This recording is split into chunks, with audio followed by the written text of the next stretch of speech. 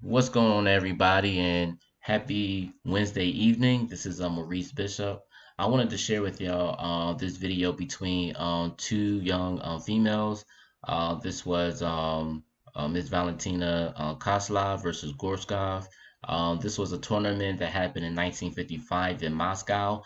I don't really have any information about these two women, but all I can really say that this was a very interesting game. Very tactical game, I must say. And I wanted to share this video because I don't really have any, or I haven't really posted any women chess games and everything. So I definitely wanted to put it out there, and I'm gonna put more women chess games out there because I just want y'all to I want to show y'all that there are a lot of strong women chess players out there in this world, from all over. So, they definitely around. And also, man, I see a lot of posts on Facebook and Instagram, the National Women Day and everything. So, if y'all women are watching, I hope that y'all enjoy this video, and including y'all guys, man, I hope that y'all enjoy this video as well. So, without further ado, we're actually going to get started. Ms. Valentina Kozlov was playing as white, and Gorshkov was playing as black. All right. So E4 was played. E5, F4, E catches F4, which, as you can see, this is the King's Gambit accepted. Knight F3 is played because, to prevent Queen H4. That's the move. Bishop E7, Bishop C4, aggressive move. I'm sorry, moving too fast. No, y'all. Knight F6, Knight C3, Knight captures E4, and then Knight E5. The reason for Knight E5 is because she's threatening Knight captures F7 or Bishop captures F7, but obviously Knight captures F7 would be better. Another good reason Knight E5 is pretty good is because D5 can't be played because the Bishop and the Knight is supporting the square. So what happens if let's go back. So what happens if Knight captures E4? Well, if Knight captures E4, then D5 is played. So a line like Bishop captures D5, Queen captures D5, and then D3. You know, um, some would say White has an advantage because he has two pieces developed, but to be honest with you, this is pretty much I'm not gonna yeah, I can say it. It's pretty much equal, and they both have chances, so none of them both sides are not at a disadvantage at all. So it's still like equal play. So it's still playable. So it's not really that bad. But my thing is when you play the King's Gambit and everything, King's Gambit is very aggressive and it's very tactical. You're really fighting to get to the king. And I mean, you really gotta play the King's Gambit right. You know what I mean? So if you like to play the King's Gambit and everything, you gotta make sure that you're a very aggressive player. Make sure you're attacking at all times. Obviously, of course, defending your king as well, but King's Gambit is very aggressive. So if you're gonna play it, man, you just gotta attack. Definitely know how to attack and the principles of attacking as well as defense. All right. But again, y'all, 95 is played. 96 is played. Defending the pawn on F7 because you don't want the knight or the bishop to hit this F7 square. Now, even though Gorshkov played knight d6, I thought a really cool move was actually knight g5. The reason why I say knight g5 is because knight g5 is pretty active. And for instance, like even if the pawn was going to go to h4, number one, you will be weakening the king side because you move h4, and then this g3 square becomes weak. And then if the knight had to go back, knight e6 is pretty much a really that's a very good square too, knight e6. So it like the defense is pretty powerful, So I thought that was pretty much interesting. Knight g5, and then if h4 is not played, if white decides to castle, d6 will be played, and then of course the knight don't really have any move to go to, but knight f3, and if knight goes to f3, then bishop g4, and as you can see, the tables is not well, the table is not really turned, but you could just see how black is getting some active play in his game. I just thought knight g5 was actually better. So to me it was interesting. Not saying it's the best move, but I thought knight g5 was pretty interesting. All right, so let's go back. After knight d6, bishop b3 is played. Knight c6, hitting the knight on e5. Um, what else? D4 is played.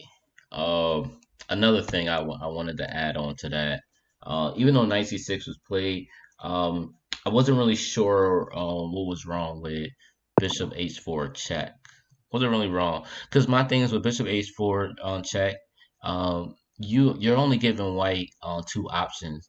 Um, you either going to lose your right to castle or you're just going to sacrifice a pawn to castle. So like for instance, if you go g3, f catches g3 and then castle, but then the pawn would take on h2 and then king h1.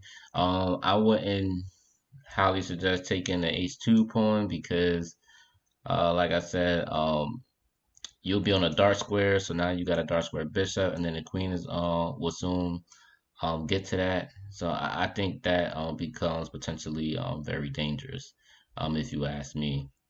Um, I don't think nobody in there. I don't know if you was white. If I was white, I wouldn't want to play in a position like this, even though I got like kind of like a strong attack, but not having my king is open like that. That's pretty scary, yo. Like king h1 castles, d4, knight c6, queen h5. I mean, white will have some play. Definitely will have some play. And then for all y'all that was thinking otherwise, like for instance, if d4 was played, I'm pretty sure y'all was thinking of lines like b6 and everything. But b6 would be a weakening to black as well. For instance, a line like queen f3, he's already hitting the rook on a8, and also this f7 is also weak too because then we have the right to go knight catches f7. So even though King H1, to me, it almost seemed like it's a psychological factor. Like I don't know, it seemed like a psychological factor because you're like, dang, the king is all exposed and everything. His light squares is all weak and it's diagonal. Well, maybe I just need to go to b6 to bring this light square bishop out. And to be honest with y'all, it's actually this would be pretty bad. As crazy as it is, and as exposed as this king is, and as weak as this diagonal is, um, this technically can become weak though. Even though I would say you do have lines like what you call bishop b7, but you could immediately block it with d5. Um, and yet you can still hit knight catches f7, but at this moment I wouldn't hit knight catches f7 now because this bishop is not supporting it. Yes, the queen and rook is supporting it, but at the same time, um, I wouldn't do it just yet. I wouldn't do it just yet. Actually, you technically, I take that back. You can still do it because after the actually no, you still can't do it. I'm sorry, y'all. You still can't do it.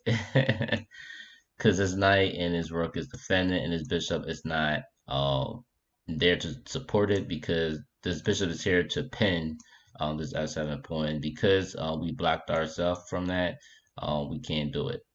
So again, this is still risky. I'm just telling y'all, this is still risky. I still don't like my king being exposed, especially with this light square bishop in the same line. It's just crazy, y'all. That's just me. But y'all can analyze it even more. And like I said, if y'all see something else in these lines, definitely comment below. Share your analysis, share your ideas, man. Definitely do that. All right, so moving right along.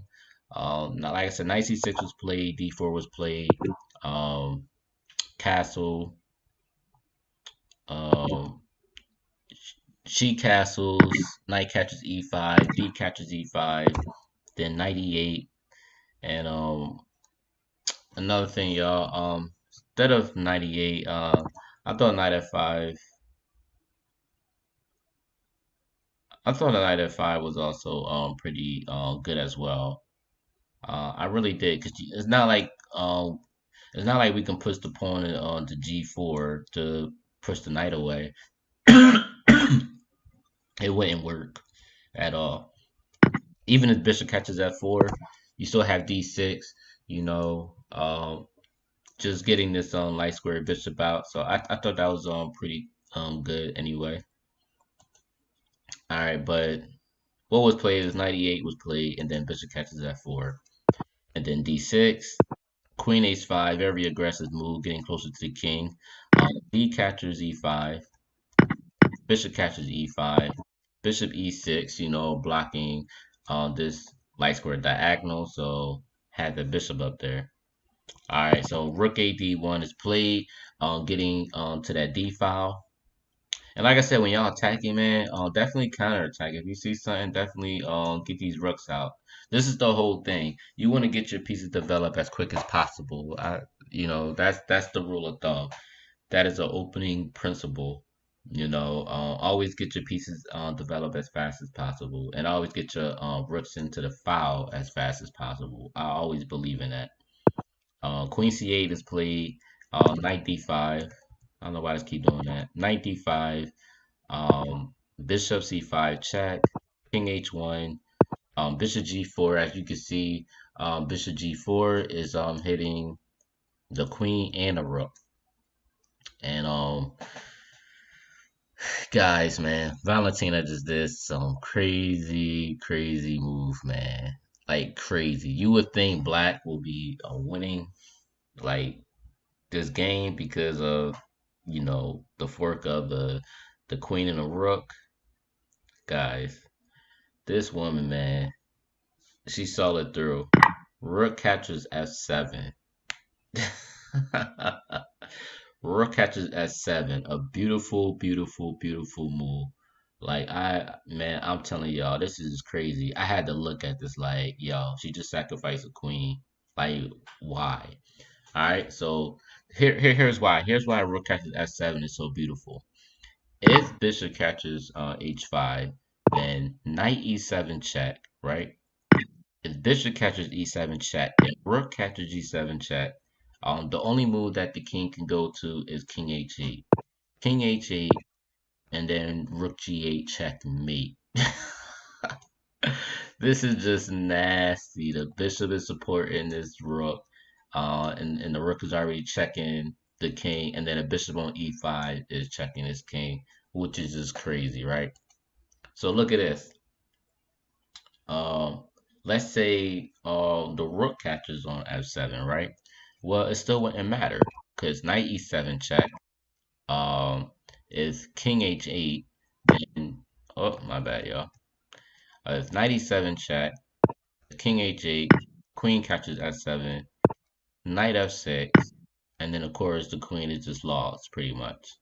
Or if it was the other way around, if it was let's say if bishop wanted to take, it wouldn't make it any better because we got queen catches f7 check, and then if king h8, then uh, this will be mate on g8. Sorry guys, I think my internet connection is going crazy right now. But yeah, but that would be checkmate with queen g8. All right. Another idea is after rook captures f7, what if the king just doesn't take at all? What if he just goes to king h8? Well, another thing here is rook captures g7, which is another one.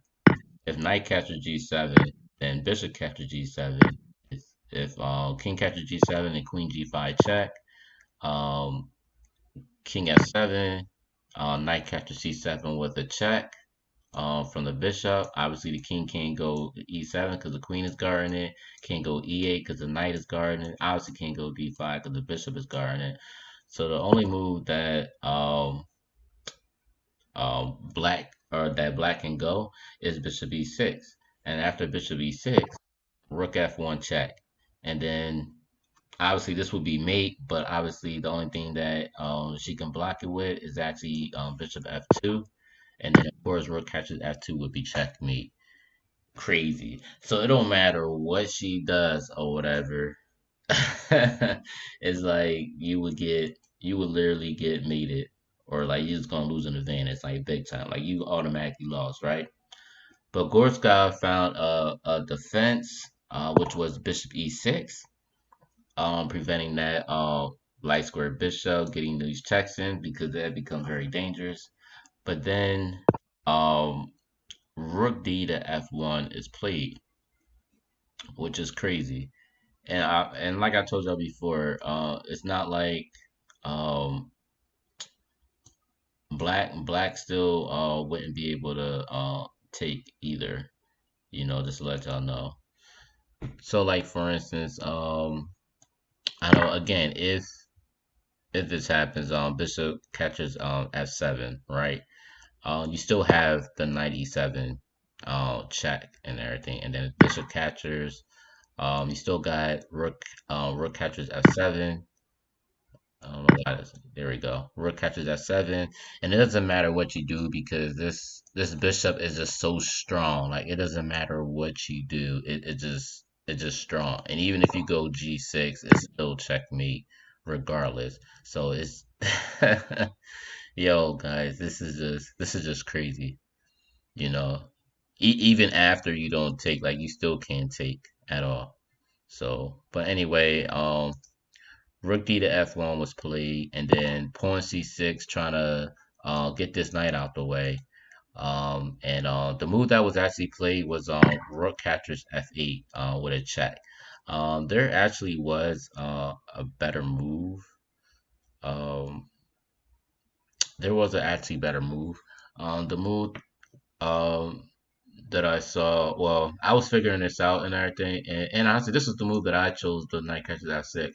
But for this position, I did put this to an engine because I did put this to an engine because I wasn't really sure. So what the engine was saying was knight F6. I don't think I would ever guess knight F6. I mean, I did thought about it, but I just couldn't see it through. But knight F6 was actually a good one. So knight F6, knight captures F6, rook captures G7 check, king captures G7, then rook captures F6, and then rook captures queen G5 check, king F8, queen captures F6 check, and king E8, and then bishop captures E6, and this is just pretty much over for black after this. Because after this, this is really nothing that he could really do in this position. So uh, black will resign. It's not like this rook is gonna ever get in the game. So that was just crazy. All right, so but the move that was played was rook catches F8, bishop catches F8, bishop catches G7. Guys, yo, this is like insane. Like this is very insane. Literally insane. Bishop catches G7. Gorshkov decides to take on, so he catches D5. So let's go back here. So whoops, my bad, y'all. Um, Bishop catches G7. So what would be the reason why? Um, what would be the reason for this one? Bishop catches G7. What do you think will actually happen in this game if this happens? Well, if Bishop catches G7, then Knight E7 check. And then obviously the only move that the king can go is actually King H8. But if obviously if King H8, then of course the knight would take off the queen or whatever, and this would definitely be very bad for black and everything. All right, so let's go back. All right, and then another thing is, so what happened if knight captures G7? Well, if knight captures G7, you gotta think this queen is on H5 and is covering this F7 square over here. So knight F6 would actually be the one to be played and everything. So guys, to prevent all this, I'm gonna actually put in my mobile hotspot, so like this won't be no reconnection type of thing. So I'm gonna actually do that for y'all.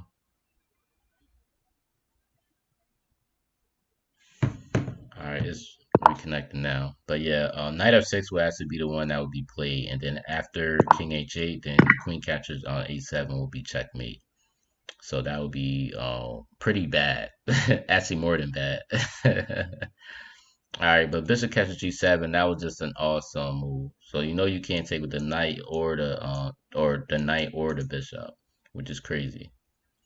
So the move that was played was c catches d5 because, like I said, the knight was really the main piece that would actually finish the job. So that's why the knight had to go. All right. So bishop catches f8, queen c7, bishop catches d5, bishop catches d5, and then queen catches d5 with a check.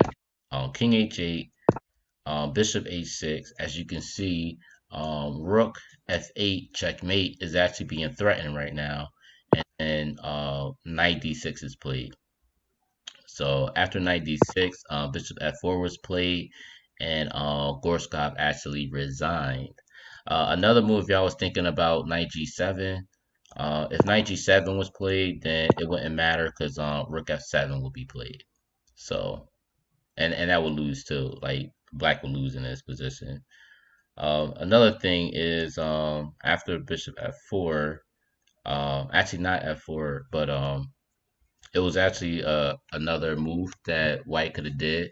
White could have just did queen e5 check. With queen e5 check, king g8, queen g5 check, king h8, queen f6 check, king g8, and then queen f8 check with rook captures and rook captures f8 checkmate. So this is a principle I want y'all to look at. If you ever get a similar position, like especially with the bishop on a6 or whatever, there is a principle. Um, Once queen e5 check, right? Obviously the queen can't go here, or it can't go to g7 square because the bishop is covering it, right? And I'm gonna tell you why this works. This works because you have three pieces closest to the king: the queen, the dark square bishop, and then his rook on his file. So the more limited space that the king has, the more that you have a right, or um, the more you have to meeting that king, because of the limited space that the black king has. All right, so just look at it: king g8, and then you check him again. So you see how the king can't get to his file because his rook is already here. So you're already closing him in already. The king he can't go here, here, here, or here.